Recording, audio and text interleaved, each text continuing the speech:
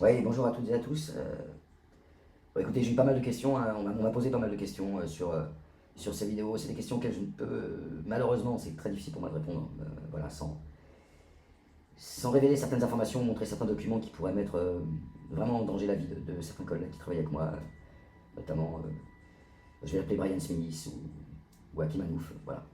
Euh, Aujourd'hui, je voulais revenir sur un fait, alors qui va, peut-être ça va vous sembler un peu étrange d'évoquer ça pour un membre des services secrets, mais est-ce que vous avez remarqué qu'il n'y a quasiment pas d'histoire d'OVNI en Chine?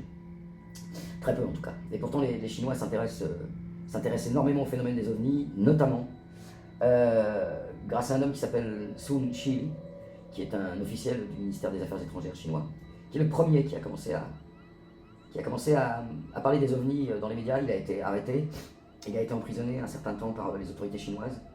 Alors évidemment, nous avons enquêté de notre côté avec différents services secrets, bien sûr y compris français.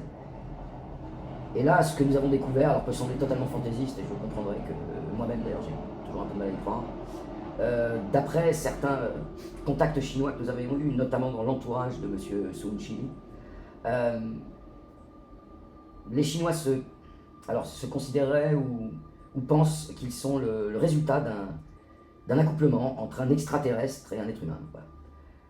Les Chinois et peut-être les Asiatiques, de manière plus générale, selon cette théorie, seraient...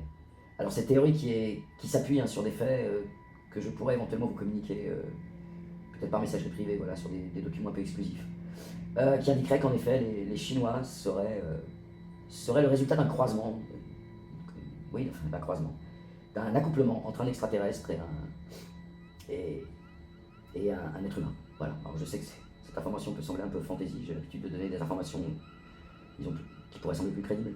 Mais voilà, ça a soulevé énormément de débats et de questionnements parmi les membres des services secrets. Et je vous laisse juger de la pertinence de cette information. Voilà, je vous remercie et rendez-vous pour une prochaine vidéo.